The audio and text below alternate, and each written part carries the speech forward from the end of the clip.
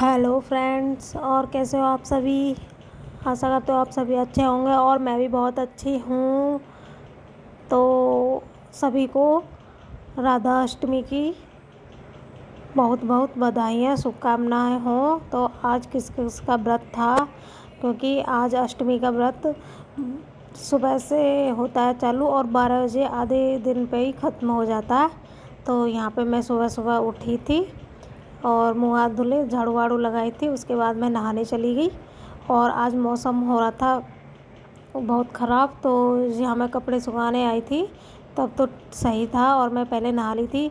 इसके बाद में आई थी मैं थोड़ा बारिश बंद होने के बाद कपड़े सुखाने, क्योंकि छत पे बहुत पानी पड़ा था और ऊपर से भी बूंदें गिर रही थी, हल्की हल्की थी, ज़्यादा नहीं थी बूंदें। तो मैं यहाँ पे अपने कपड़े सुखाने आ गई। थोड़ी बहुत बूंदें बंद होने के बाद नहाने के बाद मैंने कपड़े ऐसे ही बाल्टी में भर के रख दिए थे नीचे ही। तो फिर बंद होने के बाद फिर बाद में सुखाने आई थी और सारे कपड़े मैंने एक एक करके सुखाए थे। और मेरे आज कपड़े भी नहीं सूख पाए हैं, तो मैं उतार के तो सारे कपड़े ले आई थी और फिर मैंने नीचे डाल दिए सारे कपड़े फैला फैला के हवा में। अब हवा लगती रही और कपड़े भी सूख जाएंगे। तो यहाँ पर मैंने एक एक करके सारे कपड़े सुखा दिए और इसके बाद मैंने सारी चिमटी भी लगा दी, क्योंकि हवा तो चल नहीं रही थी। फिर भी मैंने कि अचानक से ही आ जाए बारिश, और हवा का कुछ पता नहीं चलता ना कब आ जाए। इस वजह से मोटी मोटी बूंदें नहीं उतार अचानक ही आ जाती हैं, बहुत जल्दी आ जाती हैं। हम तो छत पे बस जाते ही हैं, इतने सारे कपड़े भीग जाते हैं। और यहाँ पे मैंने सारे कपड़े सुखा दिए थे और मैं दिखा रही थी कि देखो बारिश आने के बाद कितना पानी भरा हुआ है छत पे। छत भी पूरी गीली हो रही थी क्योंकि बारिश पड़ी थी और आज मौसम बिल्कुल भी साफ़ नहीं था, बादल हो रहे थे बहुत। और देखो मैं यहाँ पे कितना पानी भरा हुआ है, पेड़ पौधों में भी बहुत पानी भरा हुआ था। तो ये पेड़ पौधे दिखाने के बाद मैं आ जाती हूँ नीचे और फिर नीचे आके मैं पूजा करती हूँ, क्योंकि आज राधा अष्टमी थी। तो हमें राधा जी का स्नान कराना था, दोनों को, राधा जी को और कान्हा जी को। तो हमने पंचामृत से स्नान कराया इनको। पहले इनको दही से स्नान कराया था, इसके बाद मैंने दूध से कराया, दूध के बाद मैंने शहद से कराया था और शहद के बाद फिर हमने जल से कराया था और घी से भी कराया था, पंचामृत का स्नान कराया। फिर इसके बाद हमने भोग लगाया था राधा रानी को और कृष्ण भगवान जी को। और इसके बाद मैंने पूजा की थी राधा रानी की और कृष्ण भगवान जी की, दोनों की। और फिर हम अभी तो ये मैं नहा ही रही थी और फिर हमने पूजा करने के बाद मैं कर रही थी पूजा और साथ में वो भी कर रहे थे। तो हम दोनों ने नहलाए थे भगवान जी और भोग भी लगाया था।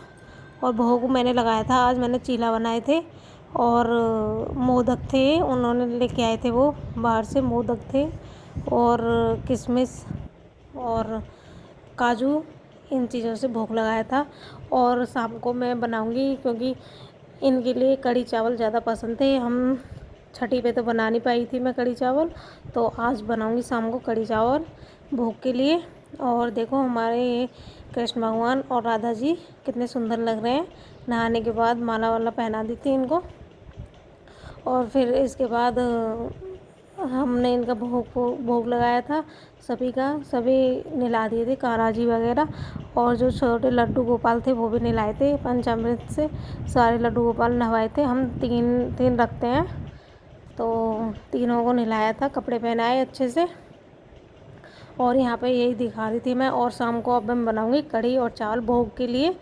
तो ये सारा कुछ करके पूजा वूजा करके फिर मैं आ गई थी किचन में। फिर वहाँ पे मैंने पूछा था मम्मी जी से कि मम्मी जी खाने में क्या बनना है और नाश्ते में क्या बनाना है। तो मम्मी जी ने बताया कि खाने में तो गोभी आलू बना लेना और नाश्ते में मुझे आज चीला बना दे, क्योंकि मम्मी जी को चीला खाने का मन कर रहा था।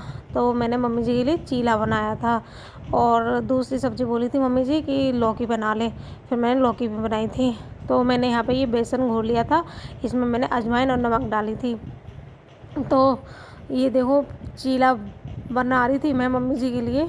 तो मम्मी जी बोल रही थी कि तूने इसमें क्या डाला है, अच्छे बने हैं चीला। मैंने कि मम्मी जी बस दो चीज़ डाली हैं इसमें, एक तो अजवाइन डाली थी और दूसरा नमक डाला था और बेसन था, बस ये सारी चीज़ें बनाई थी। और यहाँ पे मेरा दूध गर्म हो रहा था, दूध गर्म होने रख दिया मैंने। और इसके बाद फिर मैंने तोरई बनाई थी और ये तोरी मैंने लंबी लंबी कट कर ली है। इसमें 1 टमाटर, 2 हरी मिर्च डाली थी और 1 आलू डाला था। तोरी में आलू वाली तोरी मुझे पसंद है, इस वजह से मैंने आलू डाला था।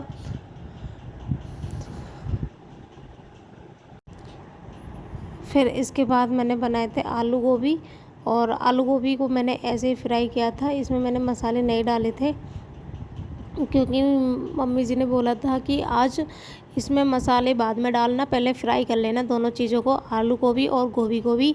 तो पहले मैंने गोभी फ्राई करी थी और आलू दोनों एक साथ ऐसे ही बने रख दिए। इसमें कुछ नहीं डाला मैंने, कुछ भी मसाले का यूज़ नहीं किया, नमक का भी यूज़ नहीं किया था।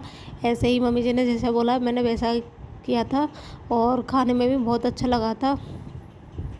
तो मैं गोभी बना रही थी यहाँ पे, देखो मैंने ऐसे ही फ्राई करने रख दिया है। फिर इसके बाद मसाले बाद में डाले थे मैंने, और इसके बाद मैंने इसमें तैयार किया था पहले वो चीला के लिए बेसन छाना था और बेसन अजवाइन डाली थी उसमें।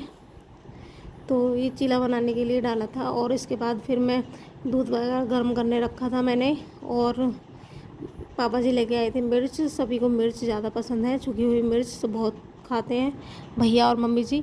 तो मम्मी जी के लिए और भैया के लिए मैंने छोकी मिर्च छोकी थी, क्योंकि ऐसे ही खाते हैं, अचार वाली मिर्च नहीं खाते। तो नाश्ते के बाद सभी चाय पीते हैं।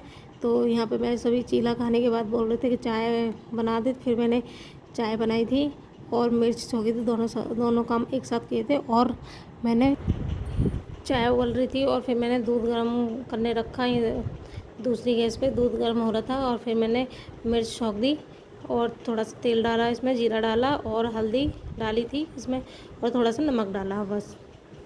इसके बाद इसको मिक्स कर दिया सारे मसाले डालने के बाद।